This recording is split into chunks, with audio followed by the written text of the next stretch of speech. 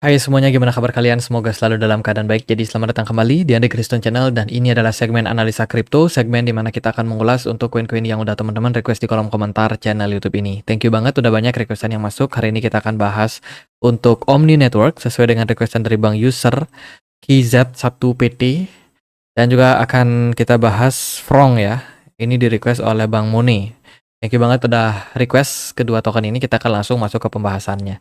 Dimulai dari Omni Network. Hari ini diperdagangkan di kisaran level Rp342.000, di mana market dari Omni mengalami kenaikan sekitar 5%. Kalau kita perhatikan, Omni ini merupakan sebuah protokol layer kedua, roll up ya, yang memang berfungsi untuk meningkatkan skalabilitas dari blockchain Ethereum dengan melakukan pendekatan protokol interoperabilitas antar roll up Ethereum. Token Omni itu berfungsi sebagai token tata kelola, di mana pemegangnya bisa mengambil hak voting. Kemudian untuk keamanan jaringan, di mana token Omni itu berguna bagi mereka yang pengen staking dan memperoleh keuntungan. Serta ada biaya transaksi yang juga masih bakalan menggunakan Omni sebagai gas fee-nya. Jadi Omni ini terdistribusi cukup merata sih untuk development-nya, kemudian untuk investornya, dan juga untuk komunitasnya. Kalau kita perhatikan, maksimum supply dari token Omni itu ada di 100 juta Omni, sementara yang beredar itu baru 10,39 juta Omni saja. Pasarnya sendiri sudah bisa diperdagangkan di Binance, toko kripto, kemudian juga sudah tersedia di exchange besar kayak Upbit, Bybit, Coinbase, Gate.io, KuCoin, Maxi, Bitget, dan kawan-kawan. Ini ya projectnya, berfungsi untuk menghubungkan roll up antar jaringan ya, khususnya di jaringan layer 1 dan juga jaringan layer kedua dari Ethereum. Itu kemudian kalau kita perhatikan dari berita-berita terbaru, Omni itu ada beberapa fokus mereka, teman-teman. Salah satunya ada Omni FDN. Ya, Omni meluncurkan Octane, standar yang membangun blockchain yang terintegrasi. Dengan adanya Octane, layer kedua seperti Cyber dapat menggunakan sequencer terdesentralisasi sambil menjaga kecepatan konfirmasi terhadap pengguna dari sequencer yang terpusat, teman-teman. Ada kolaborasi yang dilakukan. Jadi Omni ini punya banyak sekali sektor ya di dalam projectnya mereka, teman-teman.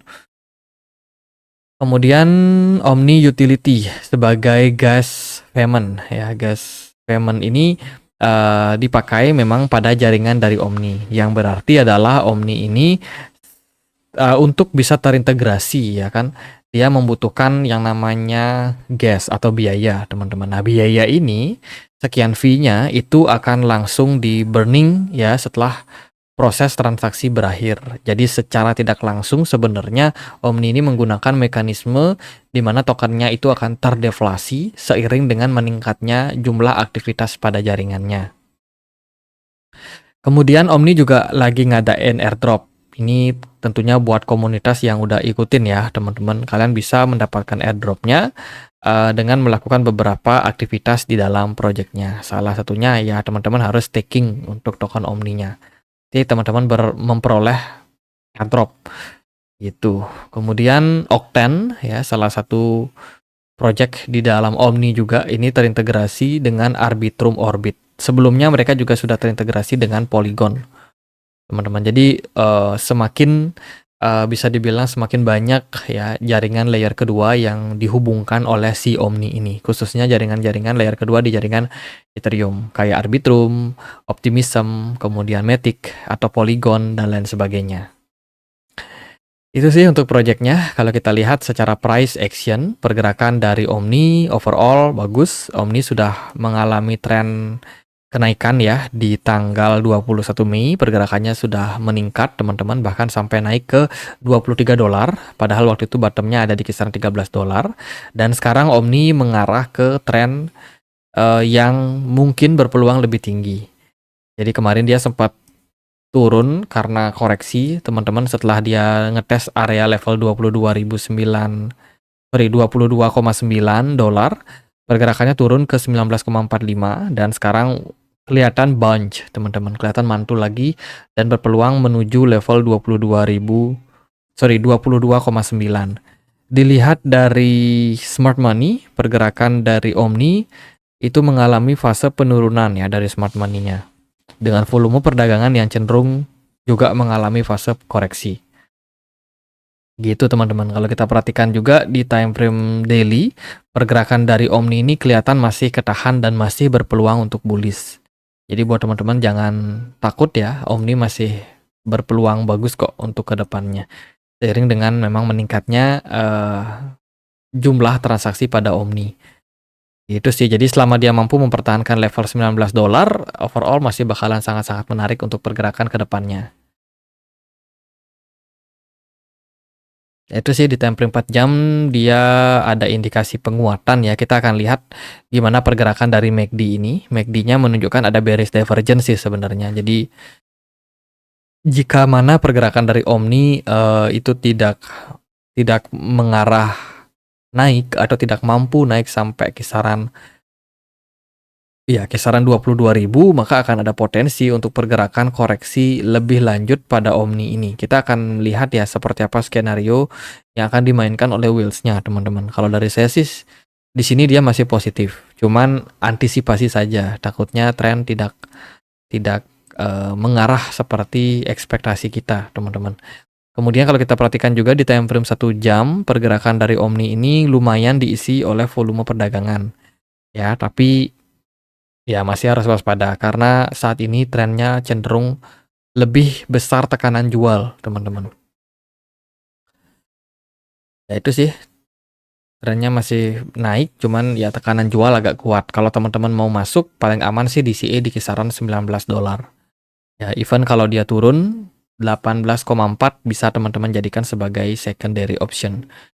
Oke, next kita akan bahas untuk Franc. Ya, Franc hari ini diperdagangkan di kisaran level 0,0003 rupiah. Ya, marketnya sudah mengalami penurunan sekitar 79% dalam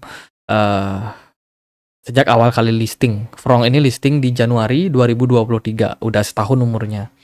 Satu hal yang saya harus katakan kepada teman-teman, meskipun dia sudah listing cukup lama, kenapa Franc tidak listing di exchange manapun, especially centralized exchange? Saya tidak tahu Bank Money apakah menggunakan exchange dari Indonesia atau pakai exchange dari Malaysia? Ya, kita tidak tahu ya apakah dia sudah listing. Kalau dari data CoinMarketCap ini belum ada centralized exchange yang melisting token tersebut. Jadi untuk saat ini dia bisa diperdagangkan di Raydium, Orca, Jupiter maybe. Ya, ini adalah DEX yang ada di jaringan dari Solana. Ya, harusnya sih dia bisa listing di banyak exchange, centralized exchange ya, supaya bisa mendapatkan banyak akumulasi, terutama dari volume perdagangan. Karena kalau hanya mengandalkan di decentralized exchange, itu harga tokennya cenderung gampang untuk dimanipulatif. Ini adalah meme token, teman-teman, yang memang tujuannya buat lucu-lucuan, tapi ada fungsi lain.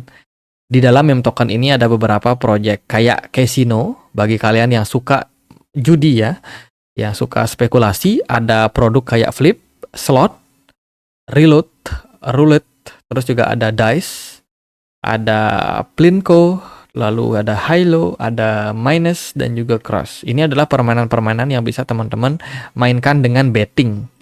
Ya, teman-teman bisa betting, kalian punya berapa koin Solana, itu teman-teman bisa mainkan spinnya, dan bisa memperoleh lebih banyak koin, teman-teman. Tapi ini tetap punya resikonya sendiri-sendiri. Jadi ini aku jelasin tentang project-projectnya aja sih. Dia ada project game kasino ya, kemudian juga ada farmer. Bagi kalian yang mau melakukan staking untuk token Franc, kalian bisa staking juga.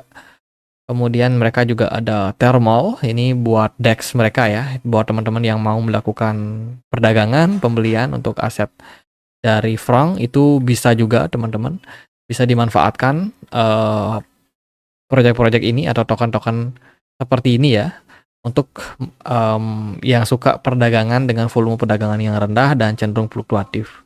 Kalau kita perhatikan dari tokenomics-nya, Frong running 90% itu untuk Solana NFT communities, sementara 10%-nya itu untuk DEX liquidity and reward.